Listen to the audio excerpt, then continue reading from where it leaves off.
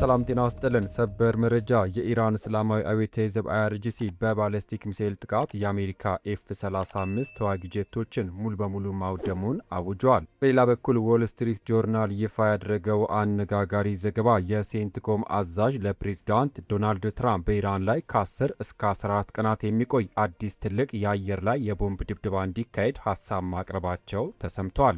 በዮርዳኖስ የአየር መከላከያ እርምጃና በአሜሪካ ኮንግረስና ጦር አዛዥ መካከል ስላለው ከባድ ውዝግብ ዝርዝር መረጃ ይዤላችሁ ቀርብ ያለው። ቪዲዮን ላይክ እና የዩቲዩብ ቻናሌን ሰብስክራይብ በማድረግ አብራችን ቆዩ። ወደ ዝርዝሩ እንለፍ። በቅድሚያም የኢራን የባለስቲክ ሚሳኤል ጥቃት የኤፍ-35 ጄቶች መመታትና የዮርዳኖስ ምላሽ። ወደ መጀመሪያው ሰበር መረጃችን ስናልፍ ክቡራን አድማጮች፣ የኢራን እስላማዊ አብዮታዊ ጥበቃ ኮርፐስ IRGC ሐሙስ ዕለት ባወጣው መግለጫ በዮርዳኖስ ምስራቃዊ በረሃ ውስጥ የሚገኘውን አልአዝራቅ አየር ጣቢያ በባለስቲክ ሚሳኤሎች ኢላማ ማድረጉን የኢራን ሚዲያዎች ዘግበዋል። በዚሁ ጥቃት 3 የአሜሪካ F-35 ተዋጊ ጄቶች ሙሉ በሙሉ እንደወደሙና ሌሎች 3 ከፍተኛ ጉዳት እንደደረሰባቸው የገለጸው IRGC በቦታው የነበሩ በርካታ መኮንኖች፣ የቴክኒክና የጥገና ሰራተኞች ሕይወት ማለፉንም ተናግረዋል።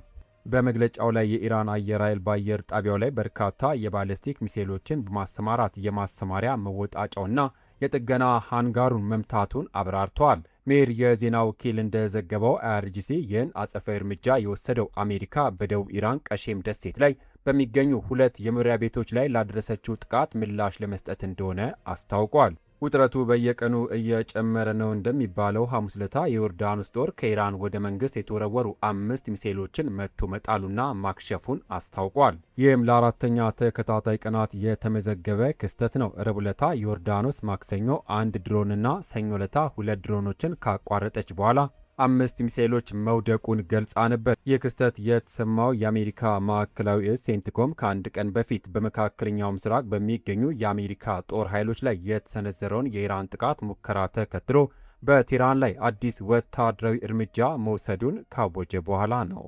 የኢራን የባለስቲክ ሚሳኤል ጥቃትና የኤፍ-35 ተዋጊ ጄቶች መመታት መግለጫው የቀጠናውን የጦርነት ሚዛን ወዴት ያመራዋል? ሀሳባችሁን በኮሜንት ላይ ጻፉልን። በመቀጠል በዋሽንግተን ትልቅ ውዝግብ ወደ ተፈጠረው የ2 ሳምንት የቦምብ ድብደባ እቅድ መረጃ አልፋለሁ።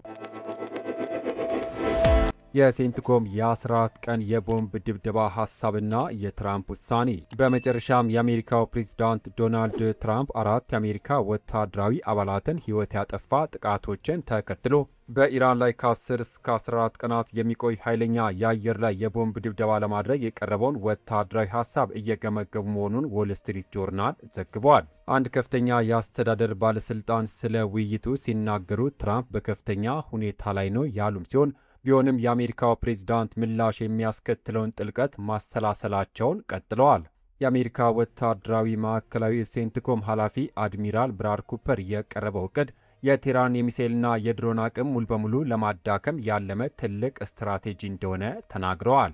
በፔንታጎን ወታደራዊ አዛዦች መካከል ግን ከባድ የውስጥ ክርክር ተነስቷል። አድሚራል ኩፐር ዋሽንግተን የኢራን ስጋት ለማስወገድ የአየር ጥቃቷን ማሳደግ እንዳለባትና የመጀመሪያዎቹ የቦምብ ጥቃቶች አብዛኞቹ ከመዳከማቸው ሙሉ ደረጃ ውጊያ ብቻ ውጤት እንደሚያመጣ ቢከራከሩም የጋራ የጦር አዛዦች ሊቀመንበር ጀነራል ዳንኬን ግን ጥንቃቄ እንዲደረግ አሳስበዋል። ጀነራል ዳንኬን የአሜሪካ ጦር አየር መከላከያ መሳሪያዎችና የሚሳኤል መጥለፍ ክምችት እያሽቆለቆለ በመምጣቱ ዋይት ሀውስ ማስጠንቀቃቸውም ተገልጿል። ዝቅተኛ ክምችት ለአሜሪካ ኃይሎችና ለክልሉ አጋሮች ከፍተኛ አደጋ እንደሚጨምርም አሳስበዋል።